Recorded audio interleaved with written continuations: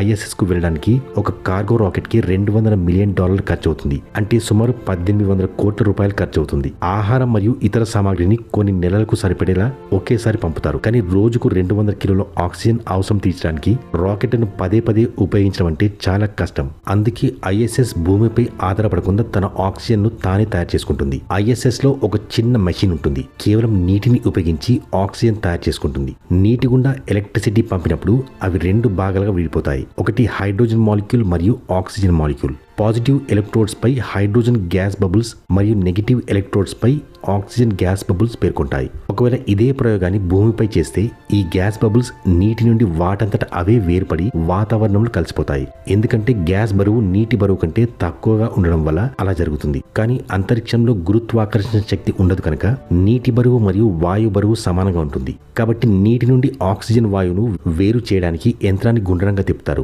దీనివల్ల centrifugal force ఏర్పడుతుంది. ఇదొక ఆర్టిఫిషియల్ గ్రావిటీ లాగా పనిచేస్తుంది. ఇలా తిప్పడం వల్ల నీరు కార్నర్స్ కి వెళ్ళిపోయి ఆక్సిజన్ గ్యాస్ మాత్రం మధ్యలో మిగిలిపోతుంది. ఆ గ్యాస్ ని మెషిన్స్ సహాయంతో కలెక్ట్ చేసి కంటైనర్స్ లో నింపుతారు. ఇక్కడ మనకు ఒక డౌట్ రావాలి. నీటి నుండి ఆక్సిజన్ తయారవుతుంది కానీ అంతరిక్షంలో నీరు ఎక్కడి నుండి వస్తుందని. ఇక్కడ కూడా ఒక అద్భుతమైన ఇంజనీరింగ్ ప్రక్రియను ఉపయోగిస్తారు. ఈ ఇంట్రెస్టింగ్ వీడియో చూడాలంటే కింద ప్లే బటన్ నొక్కి ఇప్పుడే చూడండి. లేదా యూట్యూబ్లో మా గ్లోబల్ చర్చ్ తెలుగు ఛానల్ని సబ్స్క్రైబ్ చేసుకుని కూడా చూడొచ్చు.